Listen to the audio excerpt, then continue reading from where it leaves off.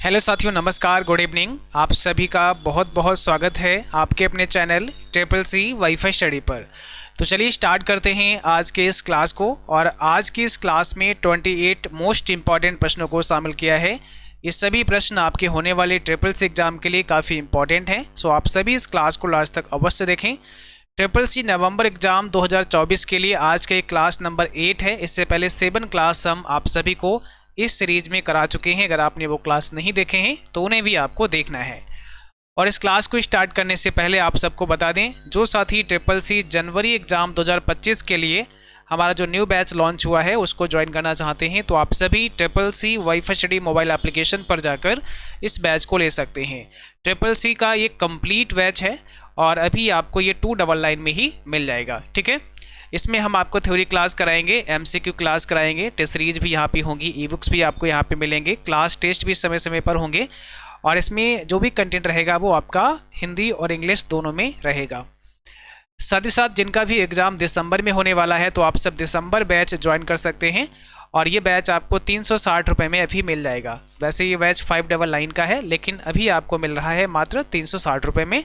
और इसमें शाम को 6 बजे आपकी लाइव क्लास होती है। इसमें भी आपको theory class, MCQ class, premium test series, e book, class test, सारी चीज़ें यहाँ पर भी आपको, यानी कंप्लीट कोर्स आपको यहाँ पे मिल जाता है। ठीक है, चलिए तो आज का सबसे पहला प्रश्न है, डैश आपके कंप्यूटर को अन्य कंप्यूटर से कनेक्ट करने में सक्षम बनाता है। आपके कंप्यूटर को अन्य कंप्यूटरों से कनेक्ट करने के लिए सक्षम कौन बनाता है ना। तो आपका जो सिस्टम है, अगर आप किसी दूसरे सिस्टम से कनेक्ट करना चाहते हैं तो आपके कंप्यूटर में एनआईसी कार्ड होना ज़रूरी है। अब एनआईसी का मतलब क्या है? Network interface card. यहाँ पे क्या लिखा है? नेटवर्क इंटरफेस कार्ड लिखा हुआ है। एक सवाल आपके एग्जाम में और पूछता है कि जो आपका फिजिकल एड्रेस होता है वो क्या होता है? तो एनआईसी कार्ड ही फिजिकल एड्रेस है। एनआईसी कार्ड का एक यूनिक नंबर होता है जिसे मैक पता कहते हैं या मैक एड्रेस कहते हैं। तो यही मैक एड्रेस क्या है? फिजिकल एड्रेस कहलाता है। और मैक का फुल फॉर्म भी पूछा जा सकता है। तो मीडिया एक्सेस कंट्रोल होता है। कितने बिट का होता है? 48 बिट का होता है। मैक एड्रेस 48 बिट का होता है। ठीक है, एक कंप्यूटर को प्रभावी रूप से इस्तेमाल करने के लिए निम्न में से क्या आवश्यक है? एक कंप्यूटर को प्रभावी रूप से इस्तेमाल करने के लिए निम्न में से जो 4 ऑप्शन है उसमें से क्या आवश्यक है? आवश्यक है वो बताना है आपको। ठीक है, तो प्रेजेंटेशन सॉफ्टवेयर दिया है, एग्जीक्यूटिव सॉफ्टवेयर दिया है, कमांड सॉफ्टवेयर दिया है, सिस्टम सॉफ्टवेयर दिया है। 3 गलत हैं पर एक ठीक है और जो सही है वो आपको बताना है कमेंट बॉक्स में। बाकी जो क्लास में आ चुके हैं आप सब क्लास को शेयर कर दो, है ना। क्लास को अगर आप लाइक नहीं किया है तो लाइक कर दीजिएगा। और जो साथी चैनल पर नए हैं आप सबको सब्सक्राइब करके बेल आइकन भी दबा लेना है ताकि नोटिफिकेशन भी आप तक पहुंचता रहे। देखिए, किसी भी कंप्यूटर को प्रभावी रूप से इस्तेमाल करने के लिए उसके अंदर सिस्टम सॉफ्टवेयर का होना ज़रूरी है। तो यहाँ पे ऑप्शन डी हो जाएगा, सिस्टम सॉफ्टवेयर होना उसके लिए ज़रूरी है। ठीक है, ऑप्शन डी करेक्ट होगा। सिस्टम सॉफ्टवेयर कहें तो आपके कंप्यूटर में जो मेन सिस्टम सॉफ्टवेयर होता है वो क्या होता है? वो आपका ऑपरेटिंग सिस्टम होता है। तो कोई ना कोई ऑपरेटिंग सिस्टम आपके कंप्यूटर में होना ज़रूरी है। क्वेश्चन 3 कहता है, एक कंप्यूटर का सर्वाधिक रूप से इस्तेमाल किया जाने वाला इनपुट युक्ति कौन सा है या इनपुट डिवाइस कौन सा है? देखो, एक कंप्यूटर का जो सर्वाधिक इस्तेमाल किया जाने वाला इनपुट डिवाइस है उसका नाम आपसे पूछा है। ऐसी कौन सी इनपुट डिवाइस है जिसका इस्तेमाल सबसे ज़्यादा होता है? Webcam, joystick, keyboard, microphone. यहाँ पे सही जवाब हो जाएगा कीबोर्ड। आपको पता है कीबोर्ड का इस्तेमाल सबसे ज़्यादा होता है। तो कीबोर्ड एक कॉमन इनपुट डिवाइस है ना। इससे क्या होता है? कंप्यूटर में डेटा हम इनपुट कर सकते हैं। इनपुट डिवाइस का काम है कंप्यूटर में डेटा इनपुट करना और आउटपुट डिवाइस का काम है कंप्यूटर से जो भी रिजल्ट प्राप्त हुआ है वो आउटपुट डिवाइस के थ्रू यूजर तक पहुंचाना, है ना। चाहे वो आपका प्रिंटर हो या फिर स्पीकर हो या फिर आपका मॉनिटर हो। तो यहाँ पर सी ऑप्शन करेक्ट है, कीबोर्ड। अगला देखिएगा, हेक्साडेसिमल नंबर में डैश आधार अंक होते हैं। अब हेक्साडेसिमल नंबर में डैश यानी कितने आधार नंबर होते हैं? कई बार ये सवाल पूछता है कि हेक्साडेसिमल नंबर सिस्टम जो है इसमें डिजिट कौन कितने होते हैं? तो याद रखना है इसमें 0 से 9 और ए से एफ तक के लेटर होते हैं। अब इसका बेस पूछा है यानी आधार पूछा है तो 16 हो जाएगा, क्योंकि इसमें कुल कैरेक्टर की संख्या 16 होती है और टोटल कैरेक्टर होंगे उतना ही बेस माना जाएगा।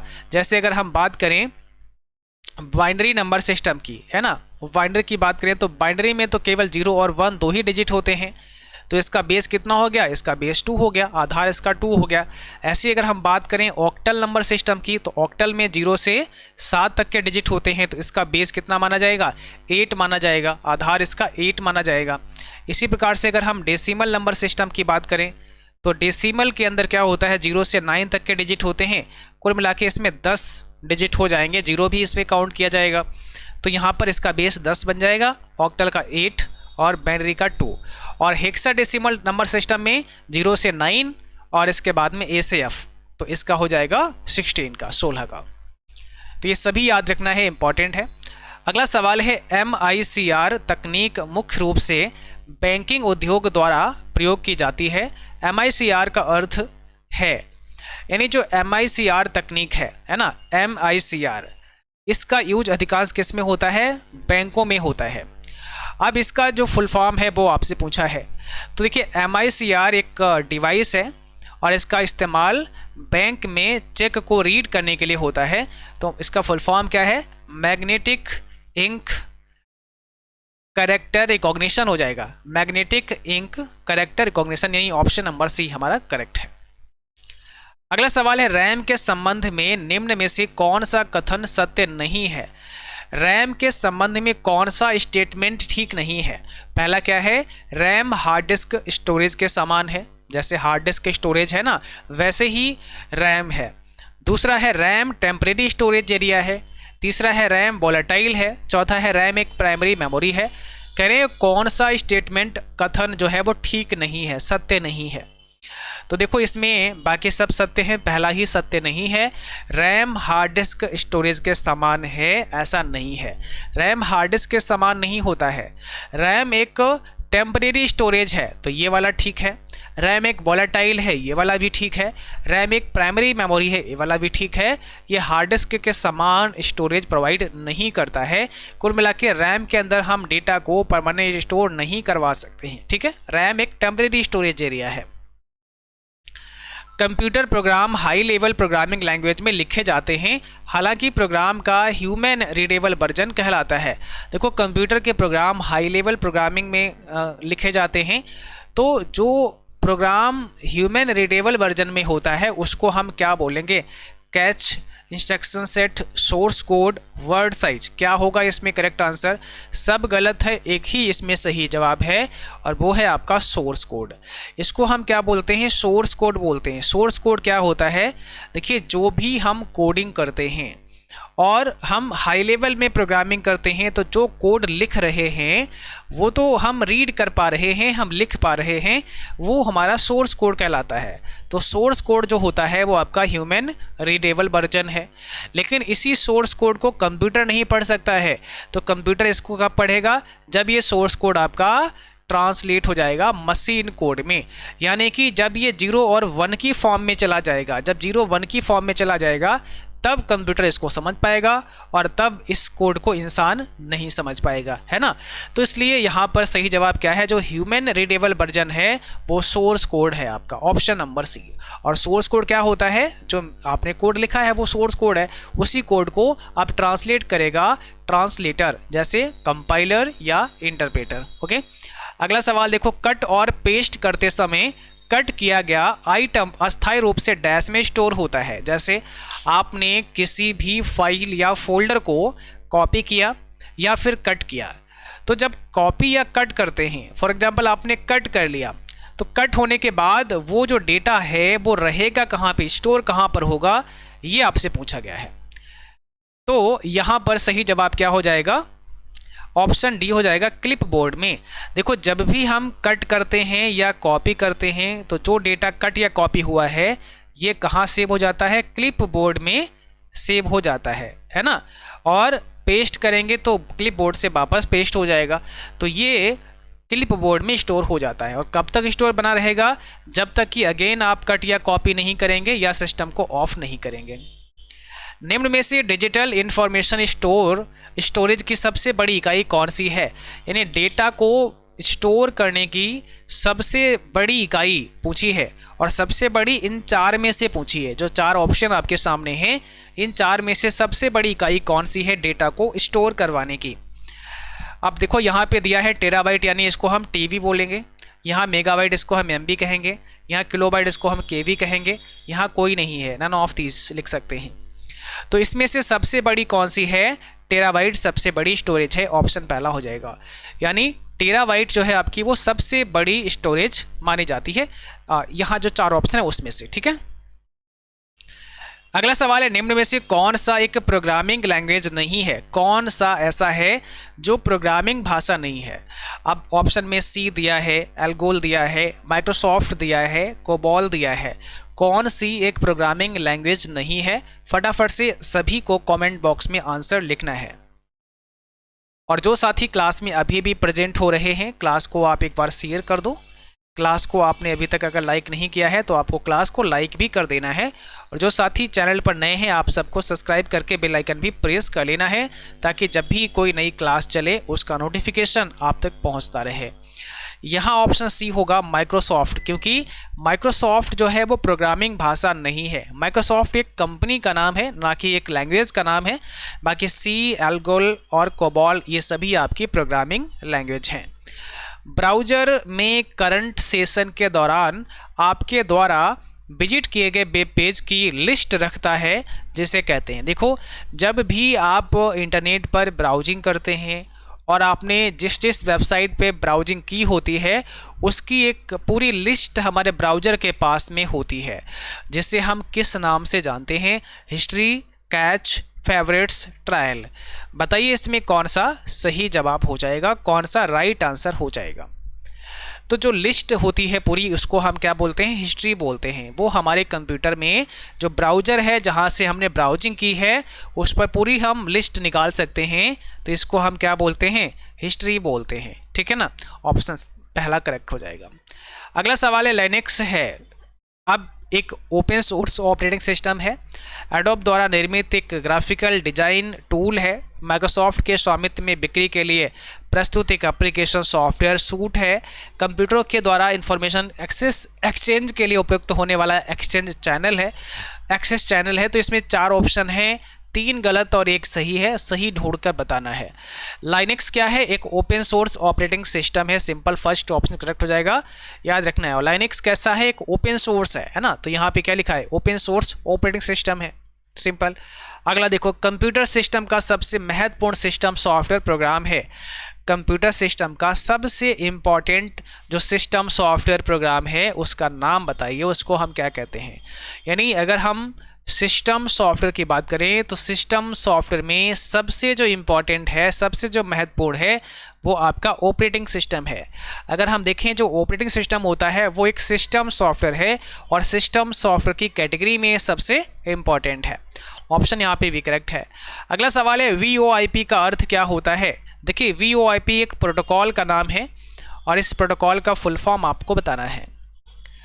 और ये प्रोटोकॉल कहाँ पे काम करता है, जैसे मान लिया आपने व्हाट्सएप के थ्रू किसी को कॉल किया है ना, व्हाट्सएप के थ्रू जब आप किसी को कॉल करते हैं तो यही प्रोटोकॉल वर्क करता है। इसको बोलते हैं voice over internet protocol. Option पहला हो जाएगा, वॉइस ओवर इंटरनेट प्रोटोकॉल। यह एक प्रोटोकॉल है जो हमें इंटरनेट के थ्रू कॉल करने की परमिशन प्रोवाइड करता है, तो यहाँ सही जवाब फर्स्ट हो जाएगा, फर्स्ट ऑप्शन करेक्ट है। Safari, Google Chrome, internet explorer इत्यादि डैश के रूप में जाना जाता है। जैसे सफारी हो गया, गूगल क्रोम हो गया, इंटरनेट एक्सप्लोरर हो गया, है ना, मोजिला फायरफॉक्स हो गया, माइक्रोसॉफ्ट एज हो गया। इन सब को हम किस रूप में जानते हैं, क्या ये ब्राउज़र है, क्या ये एक्सटेंशन है, क्या ये प्रोटोकॉल है, क्या ये डोमेन नेम है, क्या है वो आपको बताना है। क्वेश्चन 15 आपके स्क्रीन पर लगा हुआ है, जल्दी करो, फटाफट से जवाब दीजिए सभी बच्चे जो भी क्लास में हैं।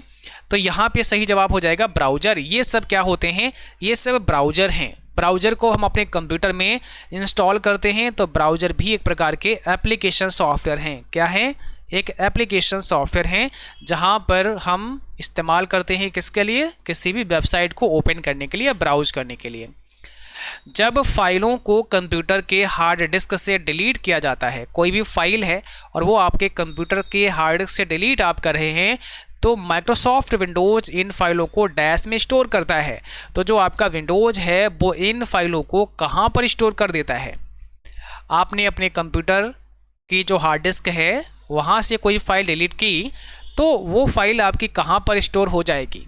Recycle bin, directory, root, command, control panel. इसका सही जवाब है रिसाइकल बिन।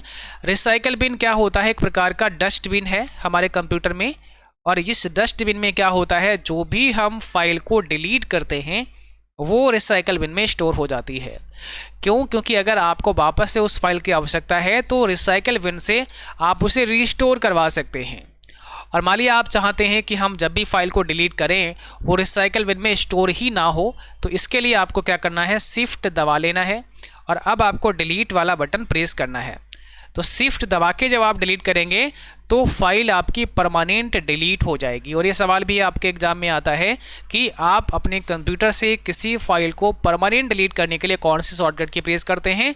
शिफ्ट के साथ में डिलीट कुंजी प्रेस करते हैं। वह स्टोरेज जो पावर ऑफ होने के बावजूद अपना डेटा बनाए रखता है डैश ग्रुप में निर्दिष्ट किया जाता है। देखिए, पावर सप्लाई बंद होने के बाद भी डेटा को खोती नहीं है। ऐसे स्टोरेज को हम क्या बोलेंगे? वोलेटाइल स्टोरेज बोलेंगे, नॉन वोलेटाइल स्टोरेज बोलेंगे, सीक्वेंशियल स्टोरेज बोलेंगे, या इसमें से कोई नहीं?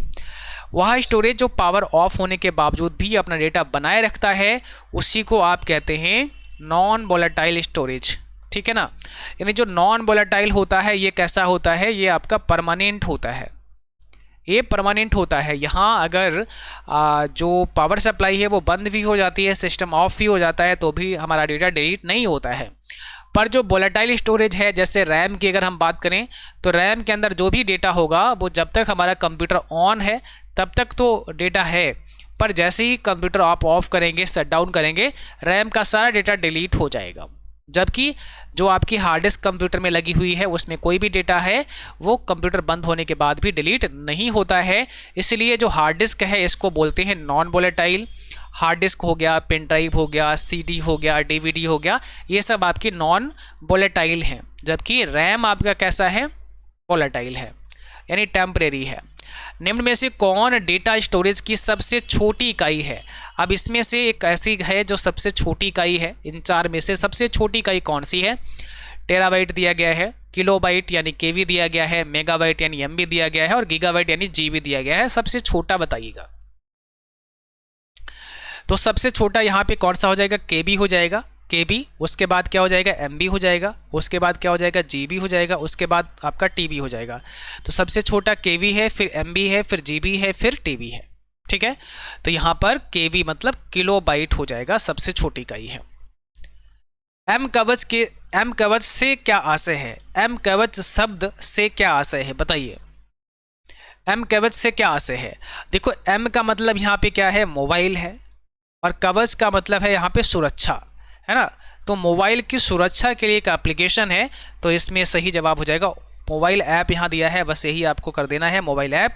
और ये हमारे मोबाइल ऐप की सिक्योरिटी के लिए एक एप्लीकेशन है एम कवच। अगर एक ब्राउज़र में बहुत सारे टैब ओपन हैं, एक ब्राउज़र के अंदर हम अलग अलग टैब ओपन कर सकते हैं, तो कंट्रोल W शॉर्टकट कुंजी का इस्तेमाल जब हम करते हैं तो इससे क्या होता है? क्या सभी टैब क्लोज हो जाते हैं? क्या ब्राउज़र ही क्लोज हो जाता है, या करंट टैब क्लोज होता है? यानी जिस टैब में हम हैं वही टैब क्लोज होता है। तो कंट्रोल W से क्या होगा? करंट टैब क्लोज हो जाएगा। जैसे आपका ये ब्राउज़र है और इस ब्राउज़र में आपने एक टैब यहाँ पे ओपन की है, ये पहली टैब है, इसमें सारा डेटा आपके सामने है, इंटरनेट पे ब्राउजिंग कर रहे हैं। प्लस बटन से टैब नंबर 2 ऐड कर सकते हैं और उसमें भी आप कुछ सर्चिंग कर सकते हैं, ऐसे थर्ड। तो जिस टैब में अभी आप हैं, कंट्रोल W प्रेस करते ही करंट टैब आपकी बंद हो जाती है। अगला सवाल, एक ब्राउज़र में इनकॉग्निटो मोड से क्या आशय है? एक ब्राउज़र में इनकॉग्निटो मोड से क्या मतलब है? इससे आप क्या समझते हैं? जो इनकॉग्निटो मोड होता है एक प्रकार का प्राइवेट मोड है। ऑप्शन बी यहाँ पे करेक्ट होगा। ठीक है, ऑप्शन नंबर बी करेक्ट होगा। आप प्राइवेट मोड में ब्राउजिंग करना चाहते हैं, मीन आप नहीं चाहते हैं कि जब भी आप कुछ ब्राउज करें तो ब्राउजिंग के दौरान ब्राउज़र क्या करता है? हिस्ट्री को सेव कर लेता है। है ना, आप जिस भी वेबसाइट पर जाते हैं वो हिस्ट्री में सेव होता रहता है। लेकिन आप नहीं चाहते हैं तो क्या कर सकते हैं, आप प्राइवेट मोड में जा सकते हैं, यानी इनकॉग्निटो मोड में ब्राउजिंग कर सकते हैं। निम्न में से शॉर्टकट कुंजी का उपयोग लिब्रे ऑफिस कैल्क में किसी टेबल के सिलेक्टेड कॉलम की चौड़ाई को कम करने के लिए किया जाता है। अब देखिए, अगर आप लिब्रे ऑफिस कैल्क में किसी भी सेल या कॉलम की चौड़ाई को कम करना चाहते हैं तो इसकी शॉर्टकट की क्या है, ऑल्टर के साथ में आपको लेफ्ट एरो प्रेस करना है चौड़ाई को कम करने के लिए, और ऑल्टर के साथ में आपको राइट एरो प्रेस करना है, राइट एरो की प्रेस करना है चौड़ाई को इंक्रीज करने के लिए, यानी बढ़ाने के लिए। एक्सेस समय क्या होता है, what is the access time. तो एक्सेस टाइम क्या होता है, सीक टाइम और लेटेंसी टाइम को मिला करके ही एक्सेस टाइम बनता है। तो यहाँ सीक टाइम और लेटेंसी टाइम हो जाएगा। 24 कहता है निम्न में से अमेजन द्वारा चलाया गया क्लाउड प्लेटफॉर्म कौन सा है। अमेजन द्वारा चलाया गया या प्रदान किया जाने वाला क्लाउड प्लेटफॉर्म का नाम बताना है। तो आप सब जानते हैं सबसे फेमस है अमेजन वेब सर्विसेज, इसे AWS के नाम से भी जाना जाता है। तो अमेजॉन वेब सर्विसेज आपका राइट आंसर है। अगला सवाल है फॉर्मूला कोशिएंट 5, 2 का मान कितना होगा। तो अगर आप ये लिखेंगे, है ना, ये इस प्रकार से आप फार्मूला लिखेंगे, एंटर प्रेस करेंगे तो इसका आंसर क्या आएगा, 2 आएगा। अब देखो यहाँ 2 क्यों आया, क्योंकि यहाँ 2 से 5 को डिवाइड करना है, तो आप भाग देंगे, 2 बार जाएगा, यहाँ 4 आएगा, 1 शेष बचेगा। और जो भागफल है यहाँ पे क्यों क्या पूछा है, भागफल पूछा है, तो भागफल हमारा यहाँ 2 हो जाएगा। और पॉइंट में हमें निकाल कर नहीं देना है, डेसिमल में नहीं जाना है। निम्न में से अच्छा यहाँ पे एक बात और ध्यान रखना है, अभी क्योंकि यहाँ पे क्वोशिएंट लिखा है तो इसमें भागफल बताया, यहाँ अगर मोड लिखा होता है तो क्या बताता, रिमाइंडर वैल्यू बताता, तो आपका यहाँ आंसर 1 आ जाता, रिमाइंडर वैल्यू ज्ञात करता फिर। तो मोड रिमाइंडर वैल्यू के लिए क्वोशिएंट आपका जो आपका आंसर आएगा। निम्न में से ई संजीवनी किससे संबंधित है, ई संजीवनी का संबंध किससे है, बताइए। देखिए, ई संजीवनी का जो संबंध है वो टेलीमेडिसिन से है। ई संजीवनी का संबंध किससे है, टेलीमेडिसिन से है। और ये भी बहुत इंपॉर्टेंट सवाल है। प्रथम पीढ़ी के कंप्यूटर में ट्रांजिस्टर का उपयोग किया जाता है। जो प्रथम पीढ़ी के कंप्यूटर हैं उसमें ट्रांजिस्टर का इस्तेमाल किया जाता है। तो प्रथम पीढ़ी में ट्रांजिस्टर यूज किया गया नहीं, प्रथम पीढ़ी में किसका यूज किया गया है, वैक्यूम ट्यूब का यूज किया गया है, ना कि ट्रांजिस्टर। लिनक्स एक ओपन सोर्स ऑपरेटिंग सिस्टम है, बताइए लिनक्स कैसा है, ओपन सोर्स की कैटेगरी में आता है। तो अभी आपको बता भी चुके हैं, लिनक्स एक ओपन सोर्स ऑपरेटिंग सिस्टम है। इसको डेवलप किसने किया था, लिनस टॉरबाल्ड्स ने इसको डेवलप किया था। लिनस टॉरबाल्ड्स के द्वारा लिनक्स को डेवलप किया गया था। कैसा है, एक ओपन सोर्स ऑपरेटिंग सिस्टम का एग्जाम्पल है। तो आज की क्लास बस यहीं पर समाप्त होती है। उम्मीद करते हैं क्लास आपको समझ में आई होगी। और जो नए साथी हैं आप सब क्लास को शेयर भी कर दीजिएगा, चैनल को सब्सक्राइब नहीं किया है तो कर लीजिएगा, लाइक भी कर देना है आप सबको क्लास को, ताकि नए बच्चों तक भी क्लास पहुंच पाए। और आपको 8:30 पर क्लास करनी है। इससे पहले भी हमने कई सारे क्लास कराए हैं, वो आपको देखना है। और हम अपने टेलीग्राम चैनल पर अभी प्रीवियस क्लास हमने जो कराए थे उसमें एक सीरीज हमने चलाई थी आपके लिए चैप्टर वाइज, वो बहुत इंपॉर्टेंट सीरीज है, उसका पूरा लिंक हम आपको शेयर कर देंगे, तो वो अच्छे से आपको रिवाइज कर लेना है। इन सभी क्लासेस के साथ साथ में उसको भी देख लेना है एक बार, ताकि आप सब अच्छे से अपने एग्ज़ाम दे पाएँ। और आपको पता है आपके एग्ज़ाम कब से स्टार्ट हैं, 19 से आपके एग्ज़ाम स्टार्ट हैं, 19 से 23 के बीच में आपके एग्ज़ाम होने हैं। बाकी जो अपना एग्ज़ाम दिसंबर में देने वाले हैं या फिर जनवरी में देने वाले हैं, तो आप सब हमारा जो बैच है वो ज्वाइन कर सकते हैं, जहां पर कंप्लीट प्रिपरेशन आप सबको कराई जाती है। और बैच को ज्वाइन करने के लिए आप गूगल प्ले स्टोर पर जाइए, CCC वाईफाई स्टडी का मोबाइल ऐप वहां से डाउनलोड करके इंस्टॉल करें। उसके बाद में अपना बैच जो भी चाहते हैं वो ज्वाइन कर सकते हैं। अधिक जानकारी के लिए आप हमें व्हाट्सएप कर सकते हैं 9452299436 पर। Thank you.